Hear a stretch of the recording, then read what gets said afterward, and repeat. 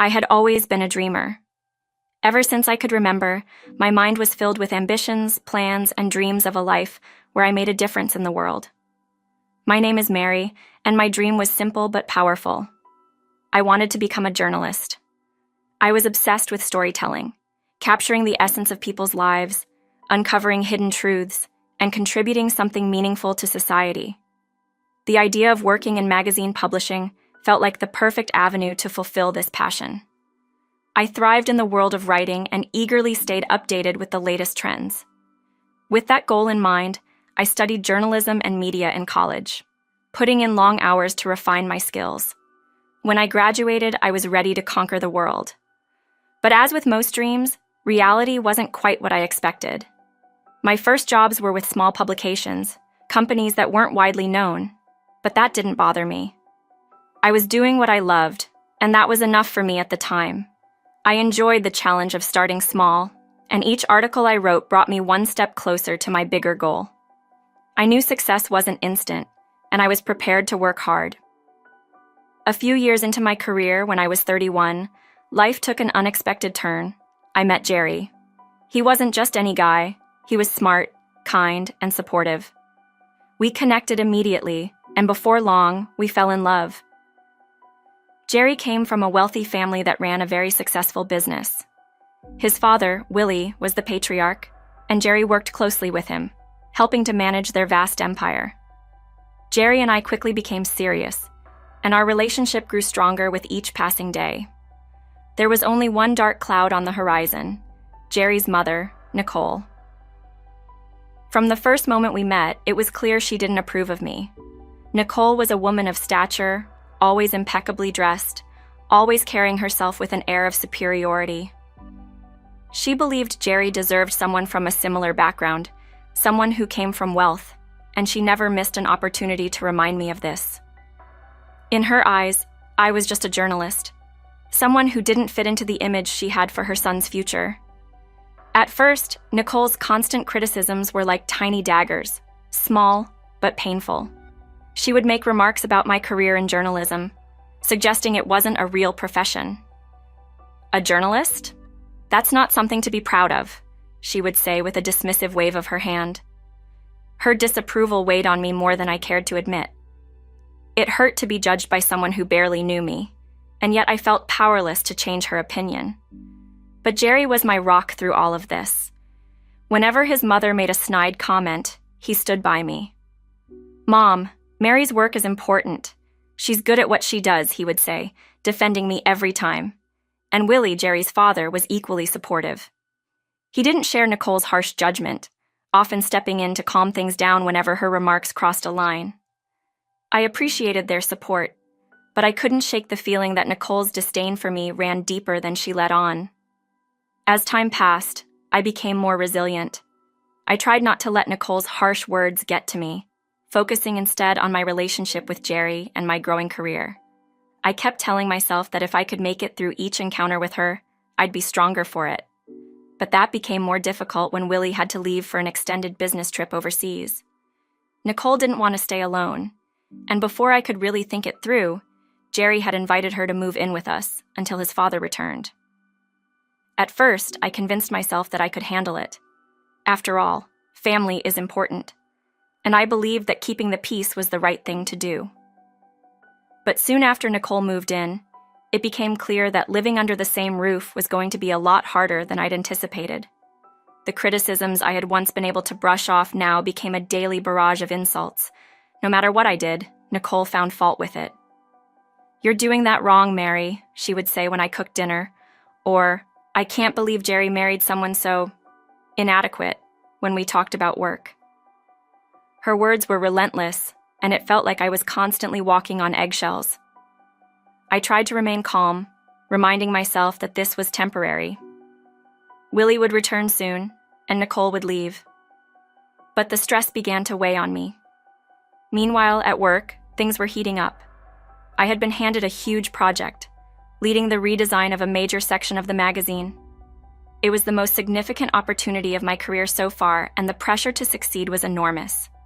I worked long hours, often staying up late into the night, tweaking designs and perfecting layouts.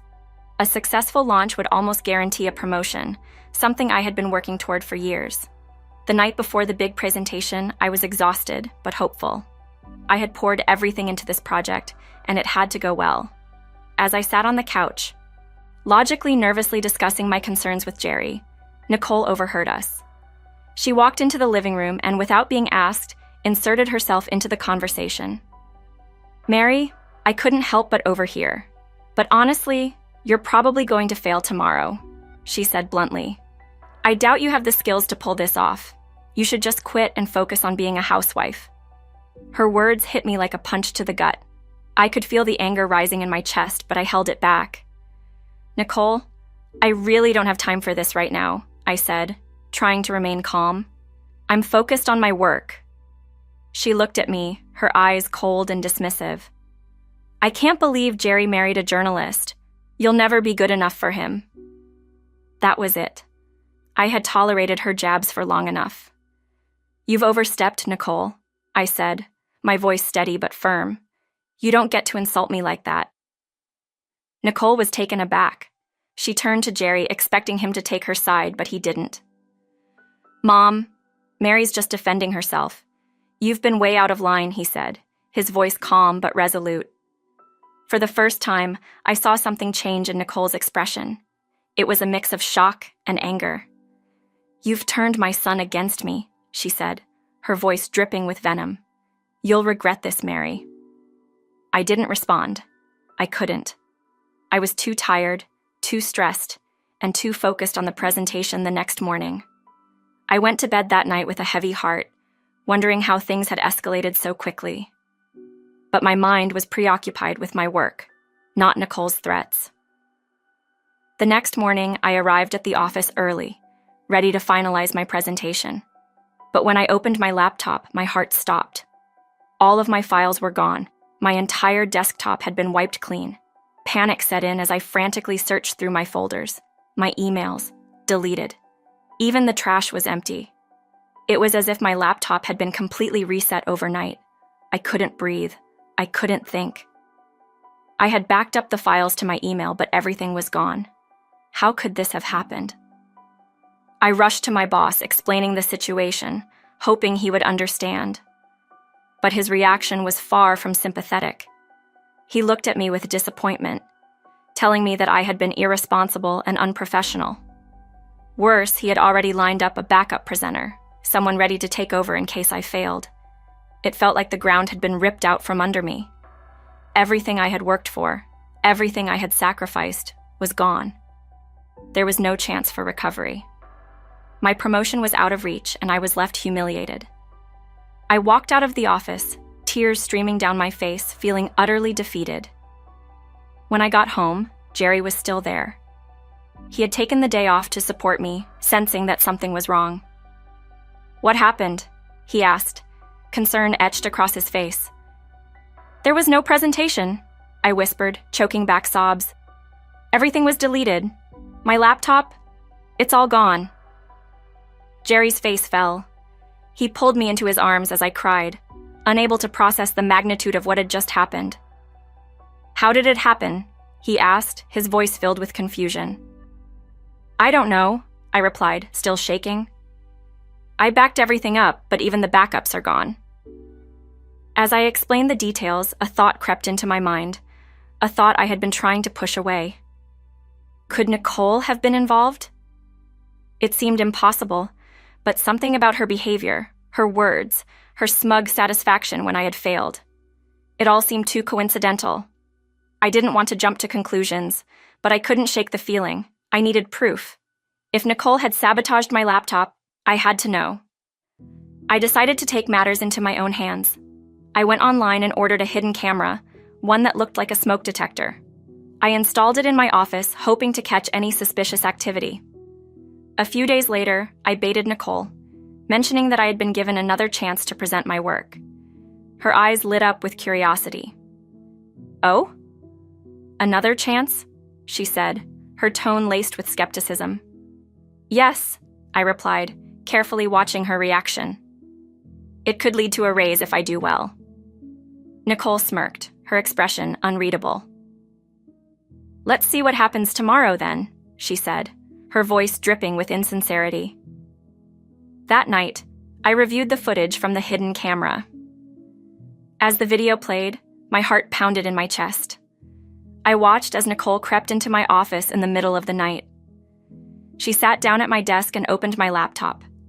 My hands trembled as I saw her fingers move across the keyboard, deleting files, resetting my system. I couldn't believe what I was seeing. She had done it. She had sabotaged my presentation. I showed the footage to Jerry the next morning. His face turned pale as he watched the video. "We have to confront her," he said, his voice shaking with anger. When Nicole came down for breakfast, Jerry wasted no time. "Mom, we know what you did," he said, his voice cold and steady. Nicole looked at him, Zrenia feigning innocence. "What are you talking about?" "We caught you on camera, Mom.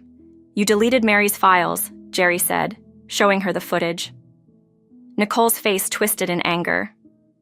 "You were spying on me?" she snapped. "You sabotaged her work, and now you're trying to deflect," Jerry replied, his voice rising. "You need to leave, Mom. You can't stay here anymore." Nicole's face flushed with rage. "You've turned my son against me," she hissed. "You'll regret this." But Jerry didn't back down.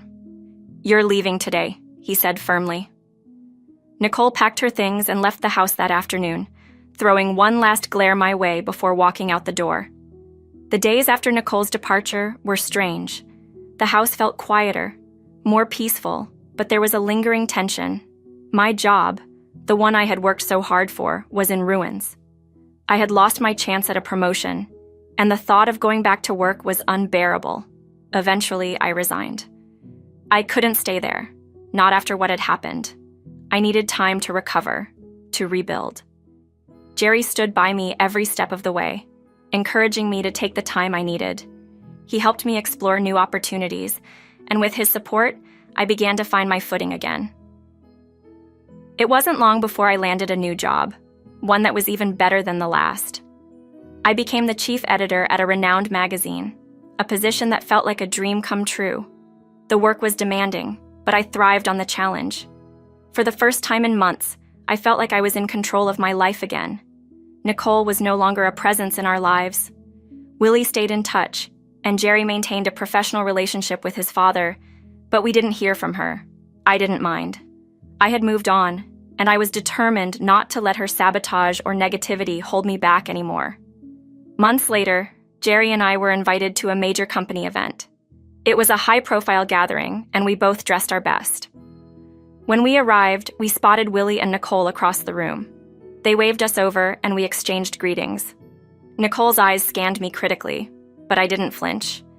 I was no longer the insecure woman she had tried to tear down. I was stronger now. "So, still unemployed?" Nicole sneered.